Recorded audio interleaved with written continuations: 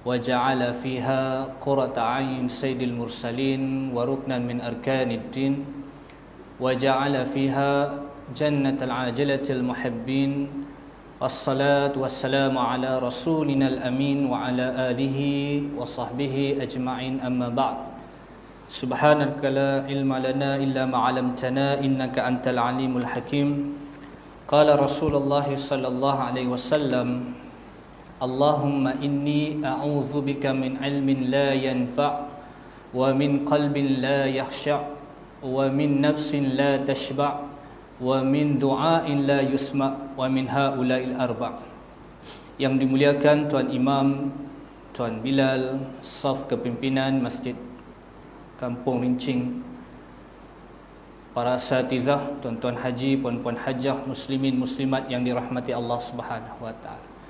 Pertama-tama dan selama-lamanya dalam kehidupan kita, kita merafakkan setinggi-tinggi syukur pada Allah Ta'ala atas segala kurniaan nikmat yang Allah berikan dalam kehidupan kita ini, tuan-tuan. Mudah-mudahan ianya mendekatkan kita kepada ketaatan serta menjauh dan menjarakkan kita daripada berlaku maksiat kepada Allah Subhanahu wa taala. Tuan-tuan muslimin muslimat yang dirahmati Allah, dalam kehidupan kita ini sedang kita leka dan kita bersungguh-sungguh untuk melakukan amalan seharian kita, meningkatkan amal soleh kita. Dalam hadis yang diriwayatkan oleh Ibn Majah pada awal muqaddimah tadi, Nabi yang mulia sallallahu alaihi wasallam sebut kepada kita satu doa yang mana Nabi Muhammad sallallahu alaihi wasallam berdoa juga dengan doa yang sama, iaitu minta lindung daripada Allah Ta'ala daripada 4 perkara. 4 perkara ni tuan-tuan boleh jadi, boleh mengganggu kehidupan dan amalan kita. Yang pertama yang disebutkan sebagai ilmu yang tidak bermanfaat. Yang pertama, pada dunia hari ini kita melihat betapa mudahnya kita yang berada di kampung ni tuan-tuan boleh tahu apa yang berlaku di negeri orang. Kita yang berada dalam ruang salat ini, mungkin di rumah kita, kita boleh tahu apa yang berlaku di tempat lain hanya menggunakan hujung jari kita sahaja. Maklumat pada hari ini mudah kita nak dapat. Kita yang berada di Semunyih ni boleh tahu apa yang berlaku di Cameron Highland contoh. Apalah mukadimah Cameron Highland ni kan? Tak ada tempat pelancongan. Dan begitu juga di tempat-tempat yang lain. Sebahagian maklumat yang sampai kepada kita ini, sebahagiannya itu tidak memberikan sedikit pun manfaat kepada kita. Dan ada yang tidak bersifat tulen. Bahkan perlu kita, wajib kita tabayun dulu, selidik dulu maklumat yang sampai. Mungkin yang di kampung kita ni nak mengadakan walimah tuan-tuan, kita lebih tahu daripada orang kampung tersebut. Mungkin dia ada grup WhatsApp dia tertentu, dia lebih tahu daripada orang kampung. Begitu mudah dunia pada hari ini maklumat. Dan sebahagiannya juga adalah merupakan berbentuk ilmu yang hari ini manusia terdedah dengan mudah mendengar majlis ilmu, sama ada secara online, YouTube dan sebagainya. Mudah tuan-tuan. Tekan aja, type aja favorite kita punya siapa. Nak dengar Ustaz Azhar Idrus ke, nak dengar penceramah favorite kita, sebut saja, kita akan dengar. Pada masa yang sama, ilmu yang kita dapat tu tidak sedikit pun menambah amalan kita dan nilai ibadah kita. Dengar saja tapi tak amal. Kadang-kadang kita bertanya, hari-hari kita dengar ceramah tapi tidak menambahkan amalan kita. Tetapi pada masa yang sama Rasulullah sebut, di kalangan kita ini orang yangnya, jadilah orang yang alim. Tak mau jadi orang alim kalau tak mampu, jadilah orang yang belajar, muta'alliman. Kalau tak boleh juga, jadilah orang mustami'an. Dengan kuliah majlis ilmu, dia suka dengar. Nak tidur, dia pasang handphone, dengar ceramah, suka dia dengar. Ataupun kalau dia sibuk sangat dalam 24 jam ni, dia suka, muhibban pada majlis ilmu, dia suka dengar saja ada majlis ilmu, ceramah ke sebagainya, hatinya itu suka pada majlis ilmu. Tak dia memberontak, apa ni ceramah 24 jam, tiap-tiap hari ceramah. Masjid ni tiap-tiap hari kan.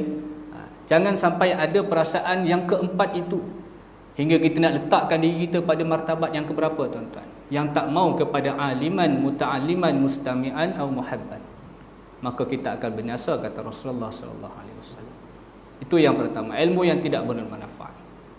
Kata Imam Ghazali, ilmu tanpa amal katanya gila, dan ilmu tanpa amal itu gila, dan amal tanpa ilmu itu sia-sia. Begitulah kehidupan kita yang pertama. Yang kedua yang disebutkan sebagai Allah kurniakan kepada kita hati, qalbun. Kalau ulama dia bahas tentang qalbun ni, sama ada jantung ataupun rohani kita. Kalau kita bicara tentang bab dalam tasawuf, dia akan rujuk terus kepada qalbur rohani, berkaitan dengan hati kita. Adakah dipenuhi dengan sifat-sifat mazmumah ataupun sifat-sifat mahmudah. Maka hati kita ini tuan-tuan, sentiasa kadang-kadang pada siangnya kita taat, pada malamnya kita maksiat. Waliyazubillah. Pada malamnya kita taat, pada siangnya kita maksiat. Pada siangnya kita syukur, pada malamnya kita kufur. Waliyazubillah. Itu sifat manusia, hatinya. Maka kepada Allah lah yang memiliki hati ini, yang membolak-balikkan hati manusia ni. Dalam satu doa yang masyhur yang tuan-tuan sendiri amalkan, kita diajar untuk berdoa dengan minta pada Allah Ta'ala yang memiliki hati-hati seperti ini, berbolak-balik tuan-tuan. Ya muqallibal qulub, sabbit qulubana ala dinik wa ala ta'atik. Wahai Allah yang memiliki hati yang berbolak-balik ini, sabbit, tetapkanlah hati-hati kami ke atas ketaatan dan ibadah kepadamu. Maka hati yang tak khusyuk sentiasa mengganggu amal ibadah kita. Maka Rasulullah minta kita lindung daripada sifat yang kedua, iaitu hati yang tak khusyuk dalam kehidupan kita, apatah lagi dalam amalan ibadah kita. Yang ketiganya, iaitu yang disebutkan sebagai nafsu yang tak pernah puas, yang tak pernah kenyang. Nafsu manusia ini Allah ciptakan tak pernah puas, tak pernah kenyang. Disebut dalam hadis la tashba, tak pernah kenyang tuan-tuan. Diberi paha nak petis, diberi petis nak paha, nak beri paha nak dah. Dah dapat satu nak dua, contoh. Dah dua nak tiga dan empat, contoh. Begitulah kita manusia ni, tak pernah puas nafsu kita. Tak salah untuk kita mengejar apa yang kita nak di dunia ini, tetapi janganlah kita mengabaikan akhirat kita sehingga tertinggal akhirat kita je. Akhirat ni tuan-tuan, kalau baca dalam kitab Penawar Bagi Hati, yang disebutkan sebagai jalan ataupun bangsa akhirat ni, gunakan mata kita untuk akhirat kita, baca Al-Quran, lihat benda yang baik dan sebagainya. Lisan kita bercakap tentang perkara-perkara nasihat tentang agama dan sebagainya, benda yang baik, menyejukkan hati telinga orang yang mendengar. Begitu juga tangan dan kaki kita, kita gunakan untuk kebaikan, untuk kebajikan dan sebagainya. Dan yang keempatnya, yang disebutkan sebagai yang paling malang dalam kehidupan kita, bila mana kita berdoa kepada Allah, kita berhajat kepada Allah, Allah tak dengar doa kita tuan-tuan. Bukannya Allah tak dengar, Wallahu Samiul Alim, Allah ini maha mendengar, Allah ini maha mengetahui. Allah tak perkenankan doa-doa kita. Maka dalam hadis yang kita bacakan pada awal tadi, yang diriwayatkan oleh Ibn Majah, Nabi Muhammad sallallahu alaihi wasallam ajar kepada kita, Allahumma inni a'udzubika min ilmin la yanfa. Wahai Allah, aku minta lindung daripada kamu daripada ilmu yang tidak bermanfaat. Wa min qalbin la yakhsha, daripada hati yang tak khusyuk. Wa min nafsin la tashba, daripada nafsu yang tak pernah kenyang. Wa min du'ain la yusma, daripada doa yang tak didengari, bahkan tak diperkenankan oleh Allah Ta'ala. Wa min haula'il arba', daripada keempat-empat perkara tersebut. Maka kita amalkanlah tuan-tuan doa yang warid dan sabit daripada Nabi sallallahu alaihi wasallam dalam kehidupan seharian kita. Tuan-tuan muslimin muslimat yang rahmati Allah, saya nak sebut sedikit pada malam ini tuan-tuan tentang satu nukilan yang sangat indah berkaitan dengan kehidupan kita, yang kita ambil daripada kata-kata Profesor Dr. Hamka. Profesor Dr. Hamka ni nama sebenarnya bukanlah Hamka tuan-tuan. Dia singkatan, yang mana disebut Hamka tu, H tu Haji, A tu Abdul, M tu Malik, K tu Karim, A tu Amrullah. Hamka. Kata dia dalam kehidupan seharian kita ni, saya nak sebut sedikit panjang tuan-tuan, tapi mudah-mudahan bermanfaat. Kata Buya Hamka, waktu berlalu begitu pantas menipu kita yang menghina. Masa berjalan dengan cepat Dan sedangkan masa kita sedang leka dalam kehidupan kita. Belum sempat kita nak berzikir pada waktu pagi, hari pun sudah meninggi menjelang siang. Belum sempat kita nak bersedekah pagi, matahari pun sudah meninggi. Kehidupan kita yang pertama. Celik mata, niat di hati nak bersedekah, sampai matahari dah tinggi, tuan-tuan tak sempat. Kerana kita terlalu leka, terlena, kata Buya Hamka. Kemudian disebutkan lagi, niat pukul 9 hendak solat sunat duha. Tiba-tiba terdengar azan zuhur sudah dikumandangkan. Biasa tuan-tuan kehidupan kita. Kita belajar, kita tahu kelebihan fadilat solat sunat duha. Tangguh punya tangguh, sibuk punya sibuk kehidupan kita ni, sedar-sedar dengar Bilal kita azan zuhur dah tuan-tuan. Itu kehidupan kita. Buya Hamkah ni dia memerhatikan kehidupan manusia. Memang kita sentiasa terlena dan leka. Teringin setiap pagi untuk membaca satu juz Al-Quran, hendak menambah satu bilangan, satu ayat hafazan dalam seharian, itu pun tak sempat kita nak buat. Hari ini kita renung balik, ada tak kita pegang mushaf Al-Quran tu kita baca? Ada tak? Kalau ada, alhamdulillah. Ada tak kita satu hari ni berazam nak tambah satu hafazan, satu ayat satu hari, kita buat? Kalau ada, alhamdulillah. Kalau tak ada, itulah manusia yang terlena dan leka. Maka beginikah berterusan nasib hidup menghabiskan umur berseronok dengan usia kita. Maka lalu tiba-tiba menjelmalah umur kita 30 tahun, tuan-tuan. Kemudian meningkat 40, sedar tak sedar dah 40 kita. Saya 40 tahun, tuan-tuan, sedar tak sedar. Tuan-tuan pun sendiri telah melalui umur tersebut. Ingatkan masih muda remaja, berapa tua dah, tuan-tuan. Sedar tak sedar sudah 50, 60. Orang sudah mula memanggil dengan gelaran pakcik, mula sudah memanggil kita dengan gelaran tok. Perkataan tok pertama tuan-tuan dengar bila? Tuan-tuan simpan. Orang panggil kita tok. Pergi pasar ada cucu pula. Tok nak beli apa? Tu tuan kita sedar. Ada yang panggil kita nenek, ada panggil kita tok wan, menandakan usia kita sudah semakin lanjut. Maka sampai bilakah kita hendak sebegini, sehingga tiba saatnya dicabut roh kita, sakaratul maut. Ketika itu hendakkah kita melihat jiwa kita ini yang melekat pada dunia ini dicabut dalam keadaan azab dan memedihkan oleh malaikatul maut. Ketika itulah kita akan sesal kerana masa tidak akan berulang lagi. Maka tuan-tuan, jika ada kesempatan, insya-Allah esok dan hari seterusnya kita berazam sungguh-sungguh untuk tidak menjadi orang-orang yang lena dan terleka dalam kehidupan kita. Tuan-tuan muslimin muslimat yang dirahmati Allah. Itu mukadimah kita pada malam ni. Nama pun jemputan kan. Jemputan dia macam ni. Dia tak boleh straight. Kalau ngaji kitab kita sebut satu-satu. Jadi malam ni kita nak sebut manfaat untuk kita sama-sama, diri saya dan tuan-tuan. Satu kitab karangan Al-Fadhil Ustaz Muhammad Haizir Hussein. Saya pernah bawa kitab ni pada kuliah saya yang tahun lepas, lama dah tahun lepas. Indahnya solat berjemaah. Himpunan tentang keindahan solat berjemaah. Saya sebut dalam khutbah. Solat berjemaah ini di antaranya adalah membezakan kita umat Nabi Muhammad dengan umat Nabi yang terdahulu. Tidak disyariatkan solat berjemaah seperti hari ini kepada umat Nabi yang terdahulu, tetapi pada umat Nabi Muhammad.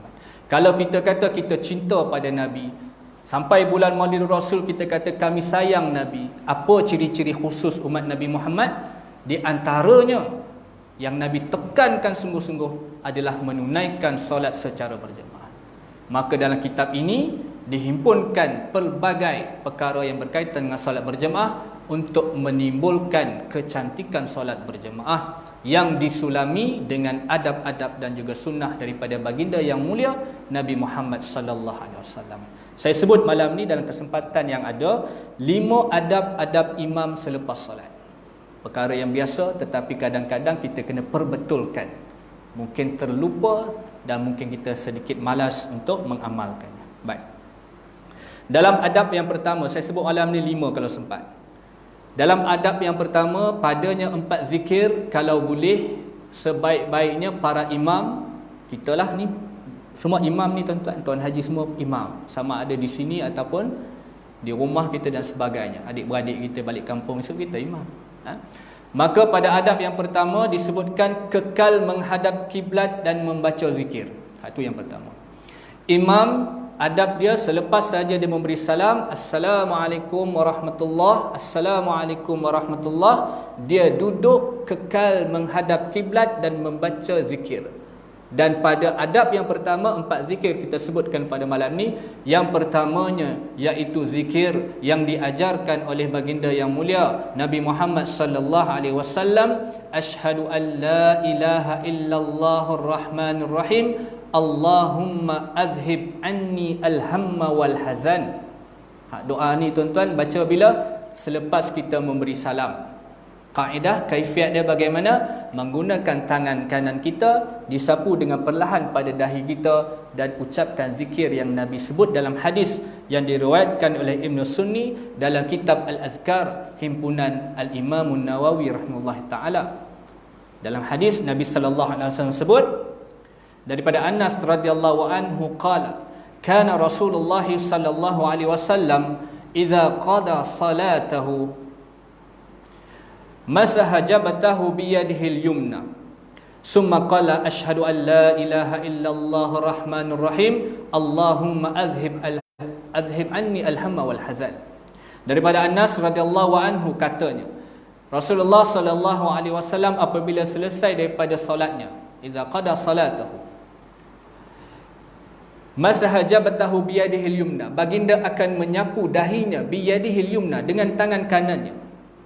Summa qala, kemudian Nabi melafazkan dengan lidah lisannya yang mulia zikir ini tuan-tuan yang kita bacakan tadi. Ada kita amalkan tuan-tuan? Satu nilai tambah dalam ibadah kita. Baik. Dan doa ini juga, zikir ini juga bukan kepada para imam disunatkan, bahkan kepada makmum dan juga mereka yang solat secara bersendirian. Seorang-seorang solat baca, amalkan. Maksud dia apa tuan-tuan? Aku bersaksi tak ada Tuhan melainkan Allah yang Maha Pengasih lagi Maha Penyayang. Wahai Allah, jauhkanlah aku daripada dua perasaan ini, iaitu kesedihan dan keduka citaan. Hidup kita ni bersedih tuan-tuan. Apa yang kita hajat daripada pagi tadi tak dapat. Apa yang kita target tahun lepas tak tercapai-capai. Sedih kita, duka cita kita. 5 kali sehari tuan-tuan baca doa ni. Mudah-mudahan Allah jauhkan perasaan sifat hiba, sedih kita dalam kehidupan yang pertama. Baik, zikir yang kedua daripada yang keempat daripada pada adab yang pertama, iaitu beristighfar dengan 2 lafaz, sama ada panjang ataupun pendek. Iaitu dengan lafaz astaghfirullah 3 kali, ataupun dalam lafaz yang panjang, Astaghfirullahalazim allazi la ilaha illa huwal hayyul qayyum wa atubu ilaih. 3 kali tuan-tuan baca. Istighfar ni pun dia ada uslub bacaan istighfar ni. Baru ni saya tengok teguran daripada mantan Mufti Kedah, Syekh Badruddin. Tegas dia tuan-tuan. Kita ini kena beramal, kena ada ilmu. Tak ada ilmu, amalan kita sia-sia, kata dia. Bila kita istighfar pun salah, dia kata. Mana salah dia? 60 tahun dah istighfar, apa salah dia kan? Kita lah perasaan kita. Mufti dia nampak, dia tegur.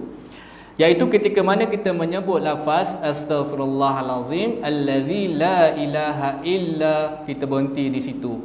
Kita berhenti, iaitu ketika adatul istisna, maka tidak sempurna maksud dia. Sebaik-baiknya iaitu kita sambung, sama ada dalam 2 bacaan, astaghfirullahalazim allazi la ilaha illahu al-hayyul qayyum wa atubu ilaih, ataupun astaghfirullahalazim allazi la ilaha illa huwal hayyul qayyum wa atubu ilaih. 3 kali disunahkan kita baca tuan-tuan. Perbetulkan sikit. Kita biasakan, betulkan yang biasa, biasakan yang betul. Itu sahaja. Mudah. Baik. Sabit daripada hadis Nabi sallallahu alaihi wasallam daripada Sauban radhiyallahu anhu, katanya Nabi sallallahu alaihi wasallam apabila baginda selesai daripada mengerjakan salat, baginda beristighfar sebanyak 3 kali. Kemudian baginda membaca Allahumma antas salam wa minkas salam tabarakta ya zal jalali wal ikram. Ini zikir ataupun lafaz yang salah satu daripada yang kita baca. Hak yang kita baca pun elok dah, panjang lagi daripada itu. Allahumma antas salam wa minkas salam wa alayka ya'udus salam fahayna rabbana bis salam wa dakhalna jannata daras salam tabarakta rabbana wa ta'ala ya dzal jalali wal ikram. Yang pertama. Boleh tuan-tuan dua. Maka itu yang zikir yang kedua, istighfar pada Allah Taala dengan lafaz uslub istighfar yang betul. Perbaiki istighfar kita. Kita istighfar tiap hari tapi tidak menepati maksud. Maka bila ditanya dalam hadis ini dan hadis yang lain, maka dengan lafaz yang lebih pendek, iaitu sekadar membaca astaghfirullah sebanyak 3 kali. Baik. Kita teruskan tuan-tuan pada zikir yang ketiga, pada adab yang pertama ketika imam masih kekal menghadap kiblat dan membaca zikir, iaitu bacalah la ilaha illallah wahdahu la syarikalah lahul mulku wa lahul hamdu yuhyi wa yumitu wa ala kulli syai'in qadir. Ini berapa kali tuan-tuan baca? Ketika mana solat subuh dan juga solat maghrib, bacalah sebanyak 10 kali. Ni tuan-tuan sedia amal. Kita murajaah je tuan-tuan malam ni. Kadang-kadang kita nak tahu sumber itu mana, itu saja. Bila datang satu orang, petikaikan apa yang kita buat. Maka kita sebut kadang-kadang dalam pengajian kita, sebut mana sumber kita, iaitu daripada hadis Nabi sallallahu alaihi wasallam. Kita akan bacakan sebentar lagi. Maka ketika mana solat zuhur dan juga solat isyak, bacalah sebanyak 3 kali. Dan ketika mana solat asar, boleh dibaca dengan bilangan 3 ataupun bilangan 10. Saya ulang. Ketika mana selesai daripada solat subuh dan juga solat maghrib, baca sebanyak 10 kali kerana sabit dalam hadis Nabi sallallahu alaihi wasallam kelebihannya. Kemudian yang keduanya, ketika mana solat zuhur dan juga solat isyak, bacalah sebanyak 3 kali. Manakala dalam solat asar, baca 3 ataupun 10. Sabit dengan hadis Nabi sallallahu alaihi wasallam daripada Abu Dzar bahawa Rasulullah sallallahu alaihi wasallam bersabda, siapa yang membaca la ilaha illallah wahdahu la syarikalah lahul mulku wa lahul hamdu yuhyi wa yumitu wa ala kulli syai'in qadir 10 kali selepas solat subuh, dalam keadaan dia masih lagi melipatkan kedua kakinya. Tuan-tuan, ketika mana kita duduk tasyahud akhir, tak ada keuzuran, tuan-tuan jangan ubah, kerana dia akan menghilangkan fadilat. Kalau tuan-tuan kena go out, tuan-tuan go out lah, beredarlah. Kalau kita lenguh sebagainya atau faktor kesihatan tu dimaafkan.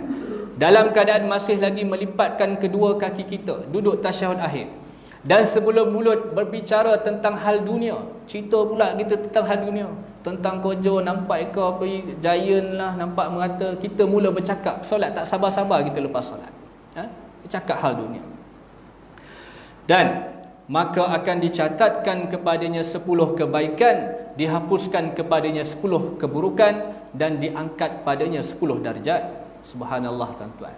Lafaz zikir yang mudah, tetapi kelebihannya, fadilatnya sangat-sangat besar, dan pada keseluruhan harinya, kata Nabi sallallahu alaihi wasallam, dia akan mendapat perlindungan daripada Allah Taala daripada tipu daya iblis dan syaitan. Subhanallah tuan-tuan. Boleh tuan-tuan? Jangan kita tinggalkan. Sebab tu kita sebut mana-mana tempat. Sebab kadang-kadang trend hari ini tanpa keuzuran dia beredar tuan-tuan. Tetapi ketahuilah kelebihan yang kita sebutkan dalam hadis tadi sangat besar untuk kita amalkan. Baik. Kemudian kita pergi pada zikir yang keempat, iaitu kita mohon pada Allah, Allahumma ajirni. Allahumma ajirni, ataupun dalam lafaz umum Allahumma ajirna minan nar. Allahumma ajirna minan nar. Tadi Tuan Haji Talib kita, imam kita, subhanallah, sempurna bacaan dia dengan bilangan yang cukup. Teruskan tuan-tuan. Ada tazkirah ke, ada ceramah ke, Syekh Nuruddin dia tegur tuan-tuan. Apa? Kenapa menjadi halangan? Kerana dengan alasan-alasan yang sedikit sehingga kita meninggalkan fadilat yang lebih besar. Boleh tunggu tak lama tuan-tuan. Baik, kita bacalah, iaitu minta lindung daripada Allah, jauhlah kami daripada api neraka Allah Ta'ala sebanyak 7 kali kiraan selepas mana kita menunaikan solat subuh dan juga solat maghrib. 7 kali. Iaitu sabit dalam hadis Nabi sallallahu alaihi wasallam daripada Muslim bin Al-Haris At-Tamimi, daripada Rasulullah sallallahu alaihi wasallam, baginda satu hari dia berbisik-bisik kepada Muslim Al-Haris At-Tamimi. Kelebihan sahabat, kadang-kadang Nabi bisik, kadang-kadang Nabi jumpa anak kecil, Nabi panggil, Nabi ajar dia kalimah-kalimah, seperti mana Ibn Abbas radhiyallahu anhuma. duduk atas tunggangan dengan baginda yang mulia Nabi Muhammad sallallahu alaihi wasallam. Nabi panggil, Ibnu Abbas, aku ajar pada kamu satu kalimat. Kamu jaga Allah, Allah jaga kamu, dalam doa ataupun dalam hadis yang panjang antaranya. Dalam hadis ini Muslim Al-Haris At-Tamimi, Rasulullah panggil dan Rasulullah berbisik kepada dia. Special sungguh, secret sungguh. Tapi alhamdulillah sampai pada kita. Apa doanya tuan-tuan? Jika engkau telah selesai daripada solat maghrib, maka bacalah Allahumma ajirni minan nar, kata Nabi kepada Al-Tamimi, sebanyak 7 kali. Sesungguhnya apabila engkau telah dimatikan, mengucapkannya, kemudian engkau dimatikan pada malam itu, akan dituliskan bagimu perlindungan daripada api neraka. Itu KPI kehidupan kita, tuan. Itulah KPI kita. Pada hari yang tidak ada negeri yang lain melainkan negeri yang kekal abadi, sama ada syurga dan ataupun neraka Allah, waliyazubillah min zalik. Dua saja, tuan-tuan. Baik. Kita baca yang tu. Kemudian disebutkan lagi, apabila engkau selesai daripada solat subuh, maka ucaplah sedemikian juga. Sesungguhnya jika engkau dimatikan pada hari itu, akan dituliskan bagimu perlindungan daripadanya. Solat maghrib dan juga solat subuh, baca tuan-tuan. Akan dilepaskan, dituliskan kita pelepasan daripada api neraka Allah Ta'ala, dan juga begitu juga dalam solat subuh dan juga solat maghrib. Baik, tuan-tuan muslimin muslimat yang dirahmati Allah Subhanahu Wa Ta'ala. 4 zikir ini, tuan-tuan, kita cuba baca, kita cuba amalkan, jangan kita tinggalkan. Para imam sebaik-baiknya kita buat ketetapan. Surau masjid, multaqa imam, Bilal berjumpa, tuan-tuan. Buat ketetapan. Inilah pattern kita nak buat tempat kita, sabit dengan apa yang telah kita bacakan pada malam ini. Baik, kita pergi pada apa yang disebutkan sebagai kadar kekuatan bacaan zikir. Kalau sempat kita baca 4 adab, tuan-tuan. Kalau tak sempat 5 adab tadi. Kalau tak sempat kita sebut, ada kesempatan, ada rezeki, kita sambung. Baik. Apakah kadar kekuatan bacaan zikir? Kadar kekuatan suara kita ni disebut dalam 2 keadaan. Yang pertama iaitu secara jahar, secara nyaring. Yang keduanya secara sir, secara perlahan. Adapun diam, mulut tak berkata apa, bukan sir, tuan-tuan. Itu senyap, itu diam. Sir ini ialah baca dengan perlahan, sekadar pendengaran diri sendiri, telinga kita dengar. Baik. Secara tertib kita ambil daripada kitab ni, supaya kita tidak tambah keliru, tuan-tuan. Yang pertama, disunatkan bagi imam bagi berzikir dengan suara yang sir, dengan perlahan. Yang pertama secara tertibnya. Baik. Iaitu disunatkan membaca zikir dan berdoa dengan suara yang perlahan selepasnya, itu selepas solat. Sabit dalam hadis Nabi SAW daripada Abu Musa Asy'ari radhiyallahu anhu, beliau berkata, satu hari Abu Musa Al-Asy'ari dia berkata, kami bersama dengan Rasulullah SAW, apabila kami mula menaiki sebuah lembah, kami pun bertahlil dan bertakbir dengan suara yang kuat.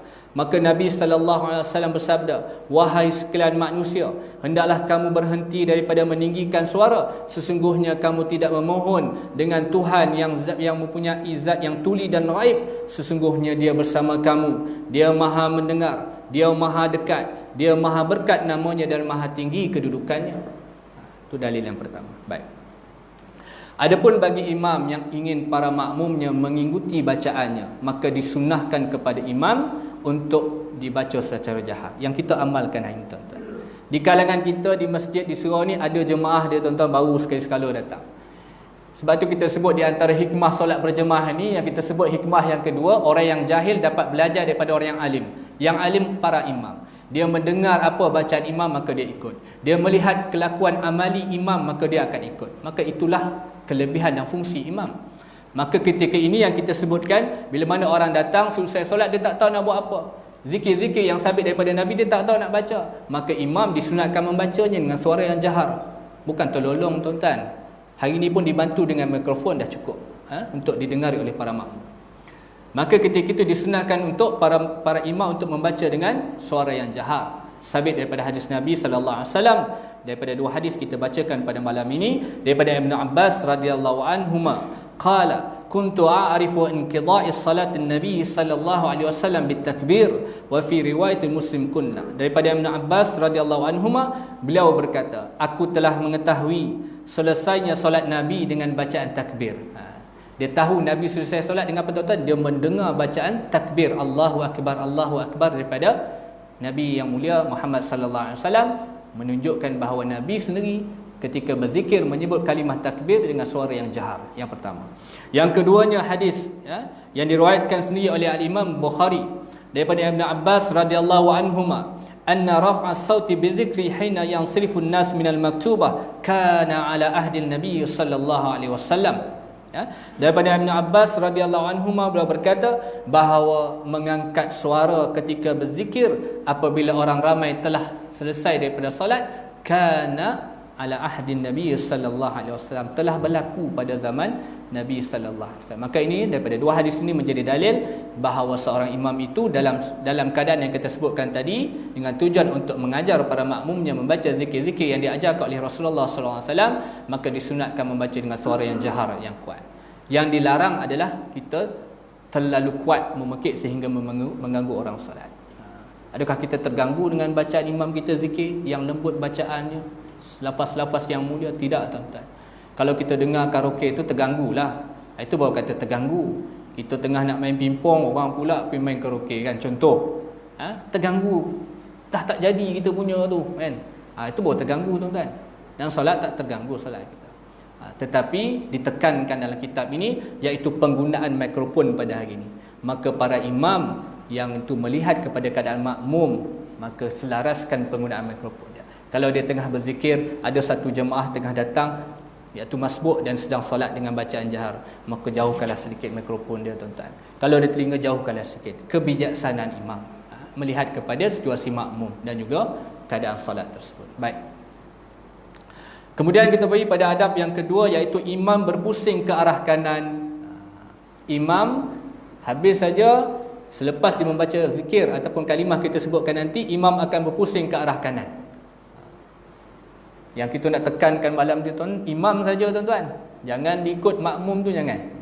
Maka jadilah dia renang berirama, ramai-ramai apa sesat dia surau masjid ni kan. Habis maghrib semua imam ke kanan, makmum ke kanan. Sebab dia dengar setengah tak sampai habis. Disunatkan kepada imam sahaja, tidak pada para makmum, bahkan solat sendirian pun tidak disunatkan. Baik, kita lihat. Maka dalam keadaan ini imam menjadikan para makmum berada pada sebelah kanannya seperti mana saya duduk, dan mihrab pada sebelah kirinya. Dalam kiraan mudah, tuan-tuan, 90 darjah, tuan-tuan. Nak buat alang-alang, buat yang sempurna. Ada setengahnya sikit-sikit, dia tak tahu lagi apa dia ambil. Tapi tak salah, tuan-tuan. Tidak salah. Cuma sunnahnya itu dalam kitab ni disebut dengan gambar rajahnya sekali, iaitu dengan keadaan 90 darjah imam. Kerana apa, tuan-tuan? Kerana dalam satu riwayat hadis yang lain, ketika mana Nabi sallallahu alaihi wasallam beralih ke arah kanan, para sahabat ketika itu berpusu-pusu untuk memenuhi saf sebelah kanan, kerana dia tak dengar satu doa yang Nabi baca ketika Nabi beralih ke arah kanan. Itu kelebihan dia. Maka beralihlah para imam ke arah kanan setelah menyebut Allahumma antas salam wa minkas salam tabarakta zal jalali wal ikram. Takut dalam bacaan kita pada hari ini yang lebih panjang yang kita bacakan pada awal tadi. Baik. Maka keadaan yang kedua, iaitu imam juga disunatkan untuk memandang, mengalihkan keseluruhan wajahnya dan badannya ke arah makmum. Biasa tengok, tuan-tuan, habis sembahyang, habis solat ke, selepas dia membaca tabarak zal jalal wal ikram tu, dia akan mengalihkan keseluruhan wajahnya dalam dua keadaan, iaitu beralih ke kanan dan beralih keseluruhannya ke arah makmum. Di antaranya hikmahnya, tuan-tuan, bila mana seorang imam beralih keseluruhan wajah dan badannya adalah untuk mengajar, ataupun dalam riwayat hadis bagaimana Nabi sallallahu alaihi wasallam tegur seorang jemaah mengulangi solatnya untuk mendapatkan solat fardu berjemaah yang sempurna. Maka Nabi beralih keseluruhan wajahnya dan tegur jemaah tersebut. Dalam keadaan kita nak menyampaikan tazkirah, dalam keadaan kita nak mengingati seseorang, maka ketika itu kita disunatkan untuk beralih keseluruhan wajah kita ke arah makmum. Adapun setelah kita habis zikir dan wirid kita bacakan, kalau kita sempat nanti, tuan-tuan, sampai habis, ketika nak berdoa, mana arah kita, tuan-tuan? Ini kadang-kadang sedikit keliru. Dah beralih ke kanan, habis nak doa ni, adakah imam kekal duduk dalam ke kanan membaca doa, ataupun dia rasa yang terbaik dia balik ke arah kiblat kerana dia dengar sebaik-baik kita membaca satu amalan doa iaitu menghadap kiblat, tuan-tuan?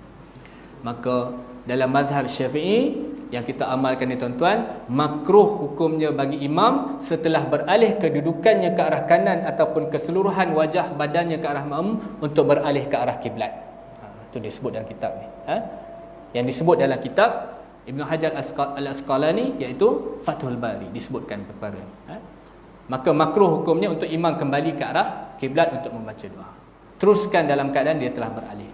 Melainkan imam pada awalnya tidak mahu menggerak atau berubah kedudukannya kerana ingin berzikir dengan zikir yang sedikit, kerana ada sesuatu yang dihajati keperluannya, maka terus daripada awal sehingga habis dia menghadap kepada kiblat dalam keadaan yang lain. Dia fleksibel. Dia fleksibel. Dia berikan beberapa kaedah dan juga contoh. Baik. Tuan-tuan muslimin muslimat yang rahmati Allah SWT, 3 hikmah ataupun 2 hikmah kedudukan imam selepas solat. Yang pertamanya, kenapa bila imam berubah tu, apa kebaikan dia? Ulama kaji, dia dapat 2 hikmah dia. Yang pertama iaitu imam dapat mengajar para makmum berkenaan dengan urusan agama.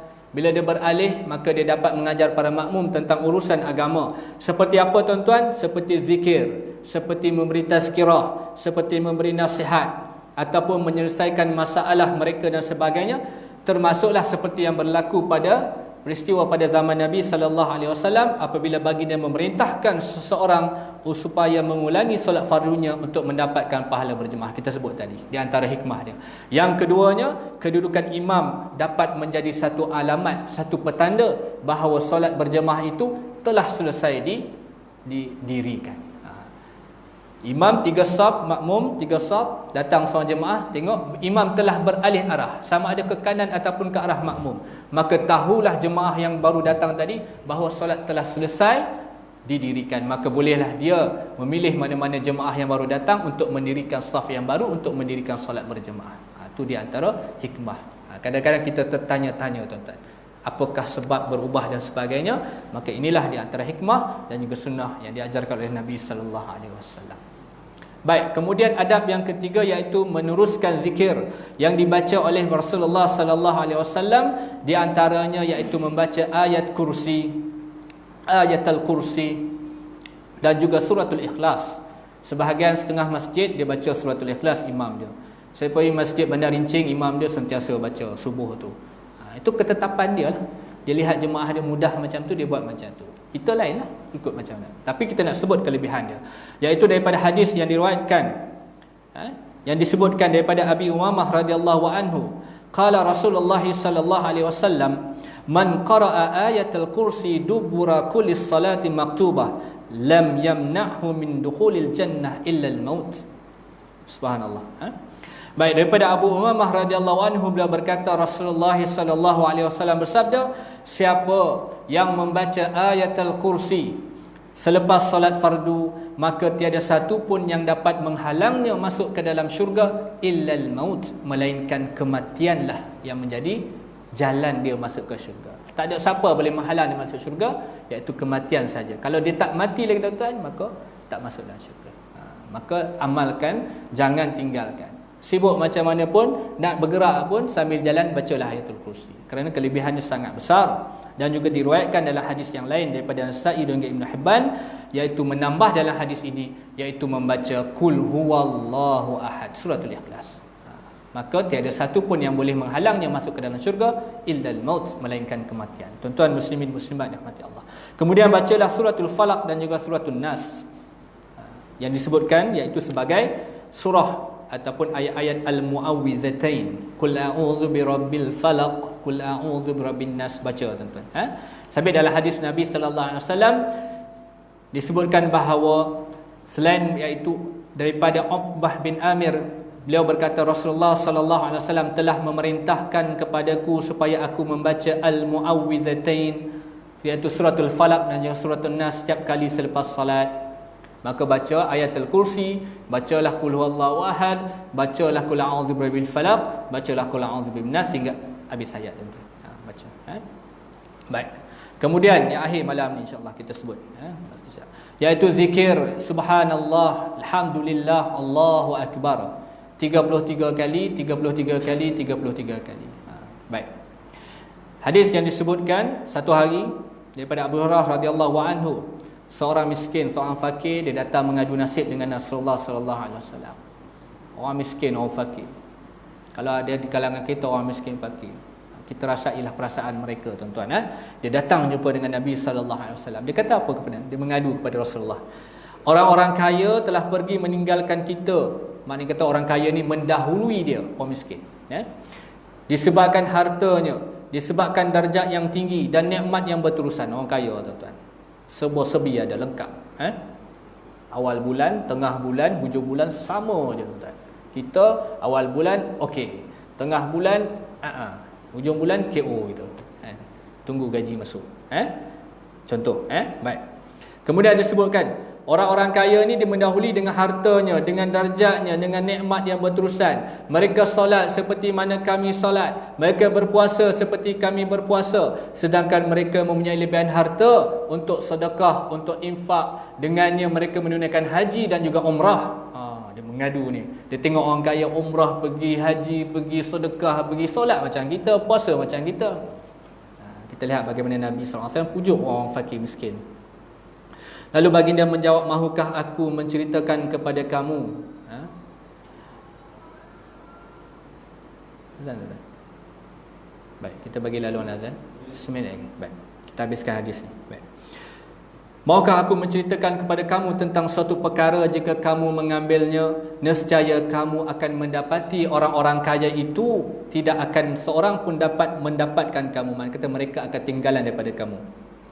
Dan ketika itu bila kamu amalkan amalan yang Nabi nak ajar ni, tuan-tuan, kamu adalah sebaik-baik manusia daripada mereka di hadapan Allah Ta'ala. Maka Nabi ajar kepada mereka, iaitu amalan itu ialah kamu bertasbih, bertahmid dan juga bertakbir. Tasbih subhanallah, tahmid alhamdulillah, takbir Allahu akbar, sebanyak 33 kali. Nabi sebut secara jelas, sebanyak 33 kali. Baik. Maka dengan amalan ini, maka orang-orang fakir miskin, mereka ini akan mendahului orang kaya. Kata Nabi di hujung hadis ini, melainkan jika orang kaya tersebut juga melakukan amalan dan zikir seperti ini, maka kamu akan ketinggalan. InsyaAllah kita beri laluan azan dan kita akan buat sedikit penutup malam ini. Fadhal.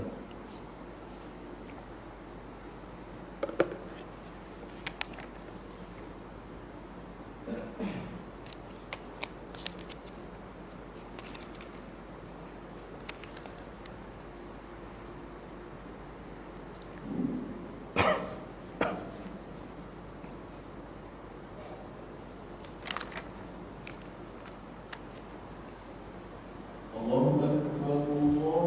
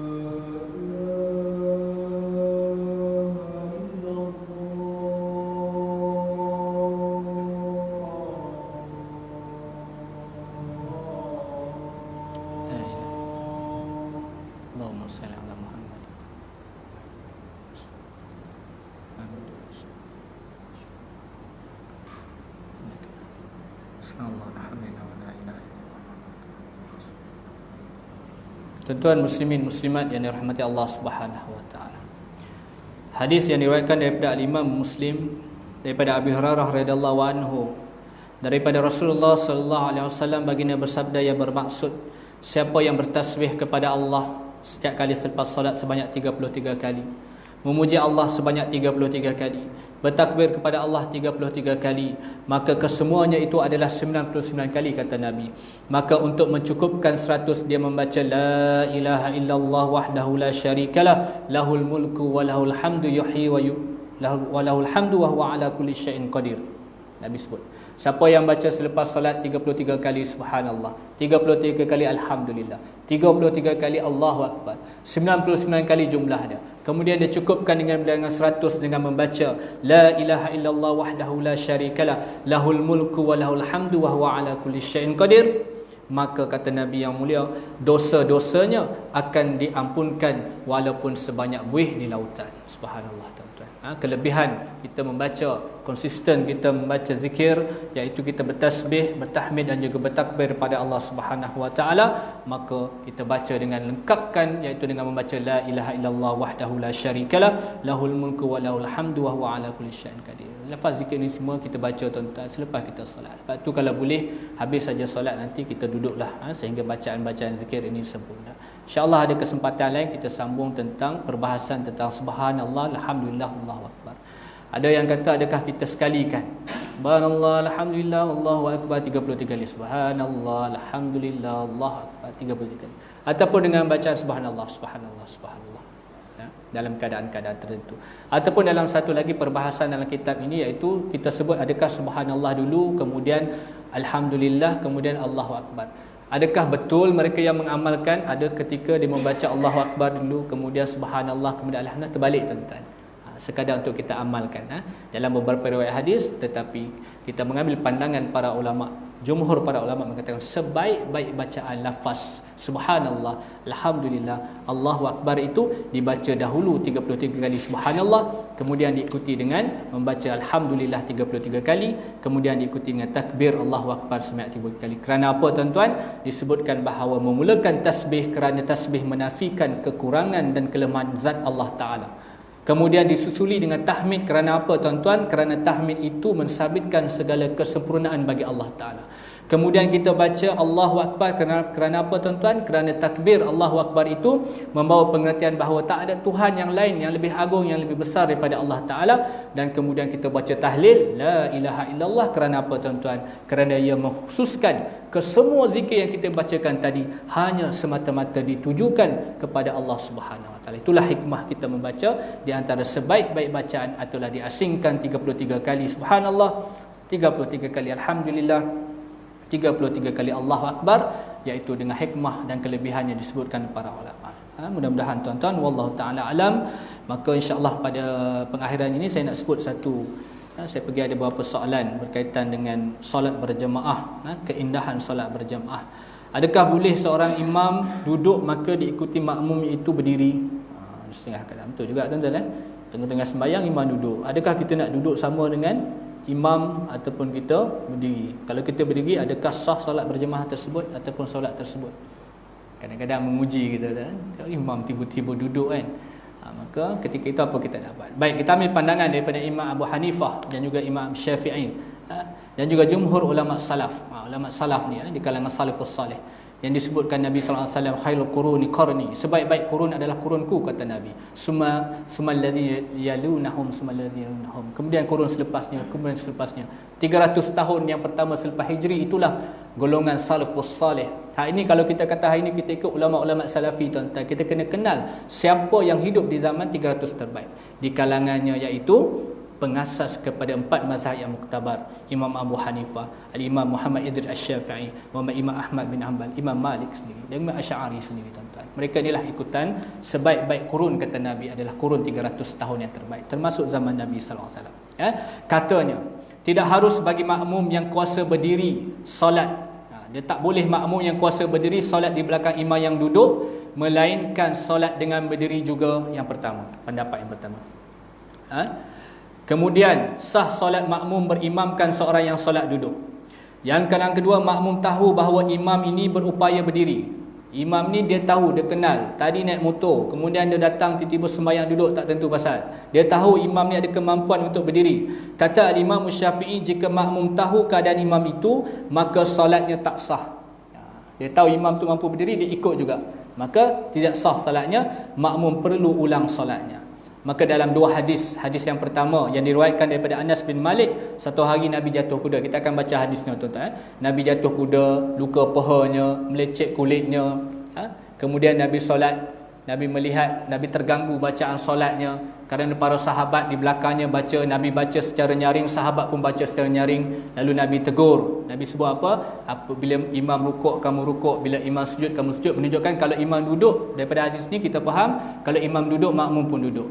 Tetapi dalam satu hadis yang lain, ketika mana di akhir penghujung hayat Nabi, ketika Nabi nazak, daripada hadis daripada Sayyidah Aisyah radhiyallahu taala anhu, ketika Nabi wafat, Nabi solat duduk, dan ketika itu sahabat iaitu para makmum solat dengan berdiri. Maka menurut pandangan daripada Imam Syafi'i dalam kitab Al-Um, mengatakan bahawa hadis yang kedua iaitu membatalkan pada hadis yang pertama tadi.